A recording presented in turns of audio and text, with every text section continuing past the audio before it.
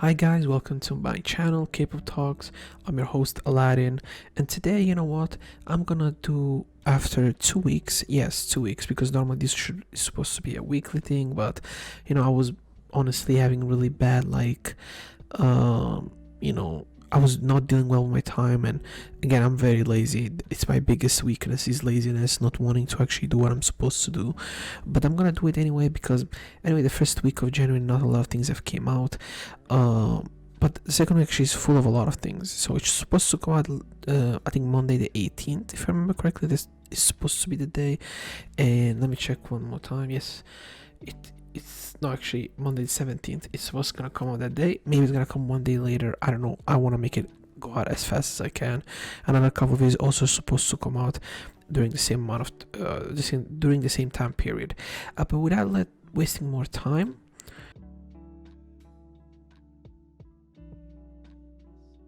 I think we should get right into it, honestly, without wasting too much time. And we have J Park to Life, and this is his so-called retirement song from the industry.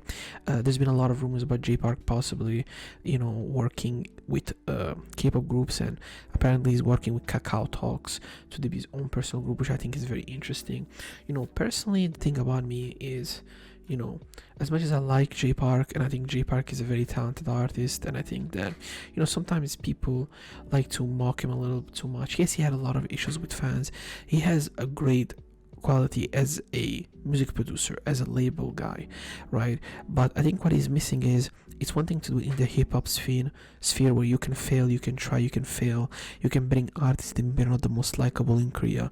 But in K-pop, image is everything. So if you're gonna be in K-pop, you have to understand, and I think he understands it because he used to be an idol, and he really got hurt by it in his career early on. You don't need scandals. Scandals are something you should avoid as much as you can. Your idol's image have to be very clean. Then I question also, what type of music do you want to do?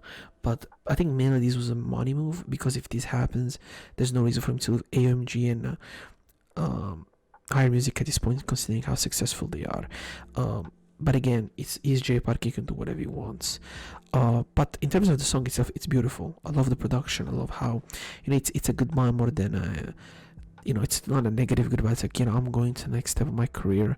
There's a lot of the other, it's everything that surrounds him, everything that he's built, from scratch. It's pretty impressive, in my opinion. You have to give him credit, because he has been incredible at it. The song is good. Like I said, it's a cool, goodbye, and it's definitely one of his better tracks. And sometimes, it's rare to hear J Park rap with this type of personality, and more than personality, with this type of emotion. A lot of times he can be very basic with his lyrics, but when he puts his effort, he can be really good. Next we have Woodsy with Ruby. Woodsy, leader and mainly songwriter slash producer of the group. He's back with his first, I think, comeback ever. I think, right? Single ever. I don't think he's ever had a single before this, and it's an all English song. There's some rock elements. Now the song itself is not terrible. I think there's some interesting qualities. I think it's very catchy. I think the guitar itself is inserted in a very, it's a decent way, but the lyrics are good. But I don't like the way they use autotune on his voice. I feel that for somebody like him who has a good voice, you don't need autotune. Sometimes I question these decisions during the production of these songs. Like, Woody is a good singer. He doesn't need this type of autotune. He probably wanted to have more of like a aggressive voice, and he has very sweet and very soft vocals, or he try to get autotune to give more of a kick to his voice, I guess. But the song is, again, it's okay. For me personally, I would not go back to it, but it's not a bad song. Again, Woozy is a decent producer, and I think is a decent artist in general. And I think if this is his debut, if I remember correctly, I think that's pretty good, honestly, for a debut. Obviously, you want to see more in the future, but yeah, I think he's the first 17 member who has his own song. No, actually, no, that's not true. There's been a couple at this point, but I'm curious to see what he's gonna do from now on. Really interested to see. Also, the song itself, for whatever reason, doesn't have a lot of support. It has only 5 million views, only, obviously in quotation. It's interesting to see. 17 is a very big group, but it seems the fans do not really care so much about solo stuff, which is quite particular, I think, even for K-pop. Next, we have another rap track. if you want to call it this way, and it's Woodsy featuring PH1 with Uniform. This is something I think I would say if you listen to a lot of Wong Jai music, it's kind of a little bit outside of his box. He's trying something different, not necessarily in terms of production, but vocally, flow wise. You can clearly see he's trying to have a little bit more fun, which is interesting to see, right? If you like his music, I think this is a good song. I like PH1's feature as well. I think it adds an interesting, it adds value. It doesn't take anything away from the song. It doesn't take random space. And like I said, I think it's interesting to see Woo as always try something a little bit different with lyrics and with concepts and even aesthetically, right? I think he's one of these few that hip-hop artists in Korea that actually uses his MVs in a very way to express what he's trying to say. Pretty interesting in my opinion. He did that also in the last album, and it's nice to see him do it now. The growth he had from Show Me the Money 6 has been pretty good, and I think it's been exponential. It's been pretty steady, so I'm definitely hyped for the next project, whether it's gonna come out this month, next month, or whenever.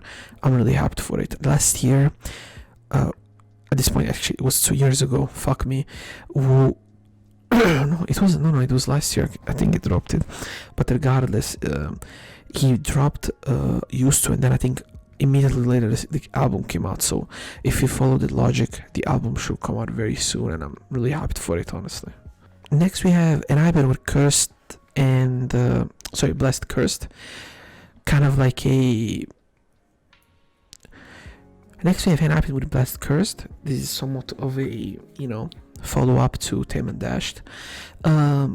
It's, for me, it's whatever. I find it to be a little bit of an uninteresting move by Enhypen.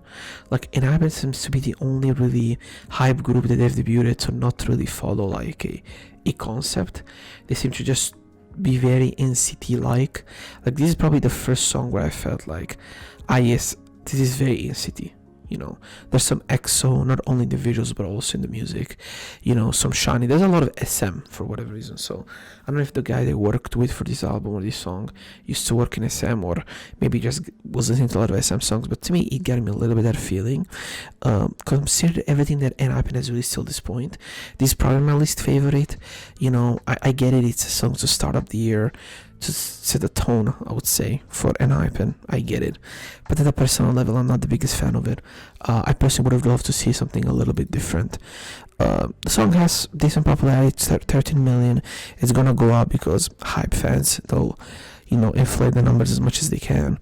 But the song itself, it's probably like the most interesting thing, uninteresting thing they've done in some time, in my opinion. But even the lyrics are boring, as you see on the screen. I wish they would have been a little bit better, in my opinion. Next we have Omega X with Love Me Like, and this is not it, guys. And the reason why I say this is, Omega X is a group that I said this last year, when I made my top singles, and so when I made this video, I'll make this video about the K-pop groups that I'm hyped for and the K-pop groups that I'm not hyped for.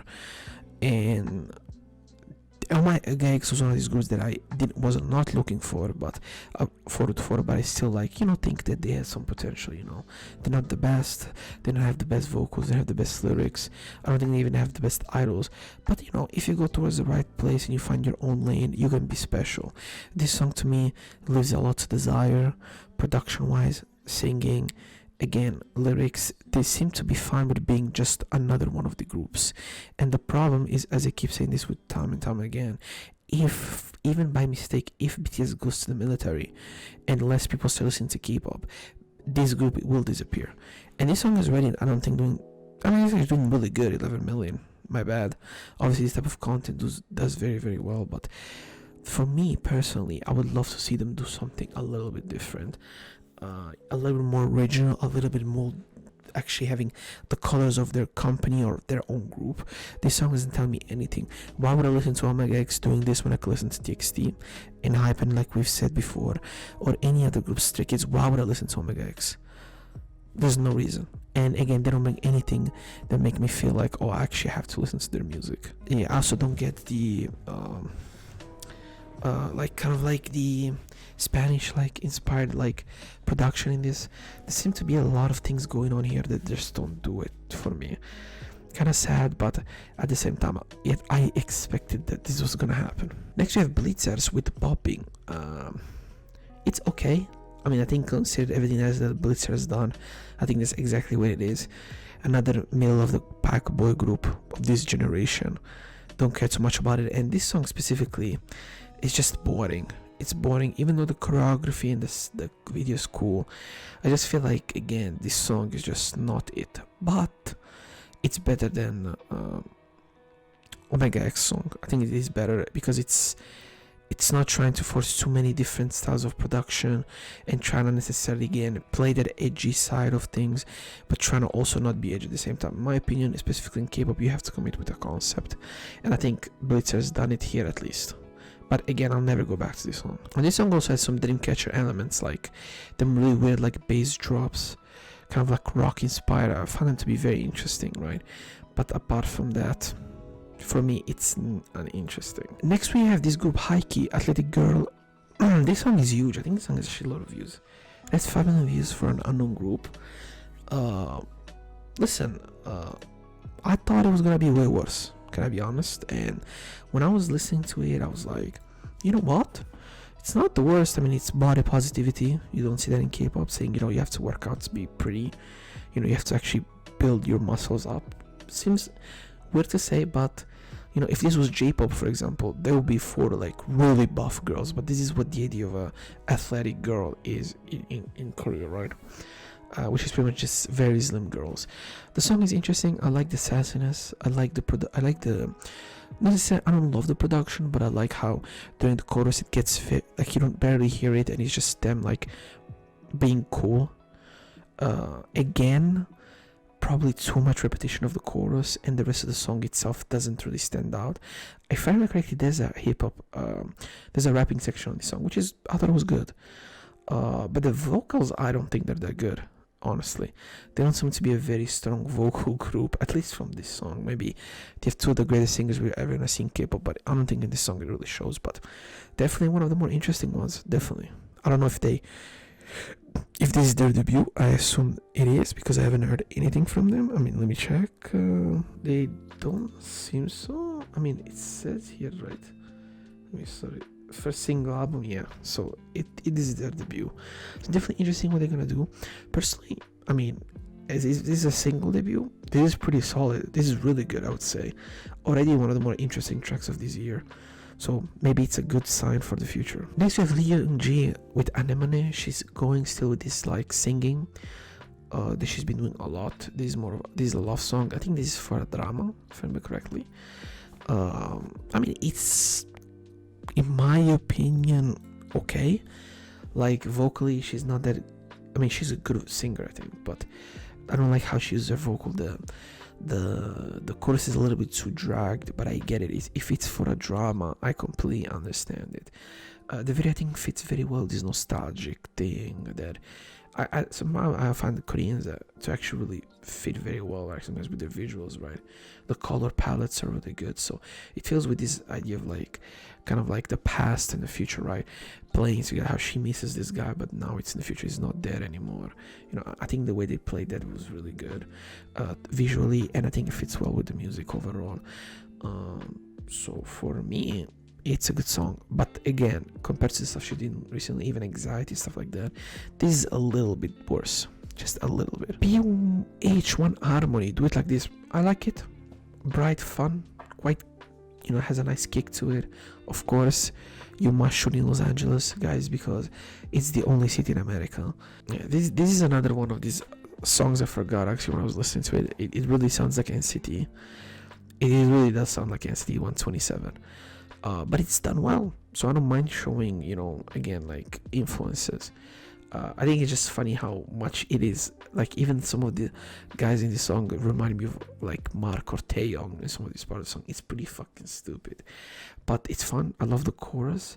I like how, again, the production is. I like how they seem to have toned down in the last 3 months of the last year. Not 3, but like last 2 months of last year and this month already, how they don't seem to be as crazy aggressive with these productions and overly produced. They seem to be a little bit better at like holding it in, and therefore you are able to enjoy the song of this sort of a little bit more, and they just don't annoy you. Again, it's the most original thing that I've heard this year. Fuck no. But it's a good product, it's good quality. So give them credit. WJSN with Choco Man. This is pretty fun actually. It's a very interesting song. It's from guys, I'm terrible. I don't remember the names of the girls. I remember Luda is in this group. I mean, I know them by face, but I can't remember their names because I'm terrible with names. But the song is fun actually. You know, it's really fun for me, and I've really enjoyed seeing this type of concepts a little bit more. It's sad to say, but this shit was super. This was a thing actually 5 years ago in K-pop. Like even 7 years ago, that shit was a thing. Doing cute, fun, bright concepts, it was a thing, and it doesn't take anything away from the quality of the music. So to see, you know, a good production song, a song that has personality, it is WJSN. I mean, if you heard other WJSN songs, not only from Choco Man specifically, but even WJSN, when they don't do more of their like girl crush concepts, they can do this. I mean, groups from that generation specifically, that group like Gugudan, Wiki Miki, like even like what's their name now? I can't think about it. Pristina, they could do this concept very well when they want to, right? They don't just do it often, but when it's fun. I really like it. I wish there was English lyrics. Guess what? There isn't. So I'm just visiting off the vocals. I mean, WJSN has some really good singers, great singing, great vocals. The chorus is fun. I enjoy listening to this. Right, I forgot to say this. Disco elements, because I never talk about production. A lot of disco elements, a little bit of J-pop in it. Obviously, when you do this type of style, you have to have J-pop a little bit to be true to its nature. But again, I really like it. These girls show that you can do girl crush and cute or like more bright concepts well, and actually make it fun and make it good. How is this song doing? It gets a couple million views. I mean, I don't even want to check how much the last WJSN music video has done. Let me check. It made 13 million. Yeah. Attention with Crazy About You. It's a ballad, pop, you know, R&B type of K-pop track. Good vocals. I mean, if you like this type of sweet vocals where it's about love and it's about something that you've missed, I think they work with that very well. Again, I'm not the biggest fan of it, but again, I can't deny the vocals are actually quite amazing if you ask me. You know, I'm not like an expert of vocals or anything, but they sound very good. Again, I wouldn't go back to it, but I think it's a quality track overall. Kpler, Wadada. Now, mind you, I made a video that it has to come out because I'm lazy, as I said, where the title of the video is Things We Should Leave in 2021 K-pop edition. And in this video, the concept is things we should leave in K-pop. And one of the things in 2021 in K-pop, and one of the things was what I consider to be like trend chasing, which means everybody trying to do the same concept over and over again. Now, Kpler, I haven't watched Girls 999. I still have to. The idea of Kpler was that it was supposed to be a little bit different because they have a lot of Japanese members. Like, you know, I expect it to be a little bit more interesting. They weren't, and this song is uninteresting. Now, the cross is fun, but again, I say this all the time. If I have to compare this even to Idol, La Vie en Rose, to IOI's very, how is this song supposed to stand out? This song doesn't stand out compared to the other girl groups that have come out of this competition, and I'm supposed to believe that I'm supposed to accept that this is acceptable for a debut. It's not a bad song, like I said, but it's so unmemorable. It's crazy. It's so forgettable. It's crazy. And I think that for a hyped show like this, you should take a little bit more risks. And it seems that with the years, these shows have gotten less, like more and more scared to take it. I mean, it does pretty well. See, there's a lot of support as always, but I wish that there was a little bit more like sauce, and there isn't. I will watch Girls 999, guys. Not now. I'll watch it probably in March, because right now I have to start preparing for exams, because exams are really close. Even though I'm not in a terrible position, I'm okay. But after February, I'm gonna start like concentrating on the show, and I'll probably binge watch it in 2 days. But it's like I wish it was more interesting. Now, I already heard about the complaints about how some of it was rigged and how, again, surprisingly, certain people made it that they should have not, and how certain people that got number one should have not got number one. It's almost as if it has been a trend really since season one, but that's not here nor there. Let's move on. Again, I think as a debut, it's okay. I mean, I think if this was a random group, I'd be like, man, that's good. But for a produced group, I think this is pretty underwhelming, considering the history of the show. And through every year, as time goes, it gets worse, the debut, which is not good, because the debut is really what sets your group apart. SF9, Savior. This song is very VIX, very much X of a specific era, a little inch like this of Monsta X, but it's done well. A little bit too edgy for me. The production could be a little more interesting than your basic EDM song. I think this is literally if you just write EDM beat on YouTube, you can find hundreds of these. So I wish they added a little bit more interest there. The production somehow, I hope it was a little bit more interesting. The rapping is, as I remembered, even looking like a little bit right now while the music was going, it was pretty underwhelming. So for SF9 specifically, I think it's good. There's definitely a room to improve, but I don't think groups like SF9, unfortunately, at this point of their existence, have any interest in really standing out. They're quite successful in Korea. In fact, they do very well in Korea, but to me personally, they've been around for this point for a long time. I want to see more and I haven't, but again, it's an okay track. I think again it goes in the middle of the pack shit with, with Blitzers and, we talked about it before, like the other groups. Pretty much, it goes in the same, in Hype, like it goes into the same fucking basket of mildly interesting shit. In fact, I would say quite uninteresting stuff. I wish that we could see more interesting stuff, but we don't. But last but not least, let's close it with Alexa with Tattoo. Me, Alexa, I'm a fan, not a huge fan, but I'm a fan. I enjoy this. It's different from the other stuff we've seen. The video is a little bit too much for me, but the song is good. It's a good song with English lyrics. Her vocals are good.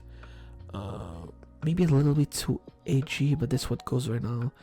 The sad type of like depressive lyrics. But again, in that specific like sphere or type of music, pop music, she did that pretty well, and she's still true to who she is as a person, and she did that good. I'm happy for her. I feel like Alexa, hopefully she's gonna have a really big year and finally really become, I think, the type of artist that she can be. I really hope that she can make it, because she's quite good. And again, even though I've criticized her music in the past, it's, I think, undenying she improved a lot this last year and a half. I would say more of a year. 2020, definitely 2020, it was a transitional year for me, but 2021 was a really good year for her, and I hope 2022 is it as well. And this was it for the first part of January. Overall, it was okay. I'll try to upload the next one, which is for the 3rd week of January, right by the time it's Sunday, so midnight of Sunday, so like early Monday 24th. I'm not gonna upload the one from the last week of January immediately, because I have exams at the start of the month in February, but I'll do my best to keep up from there. Thank you for watching. If you enjoyed the video, leave a like and subscribe, share it with your friends, and see you next time.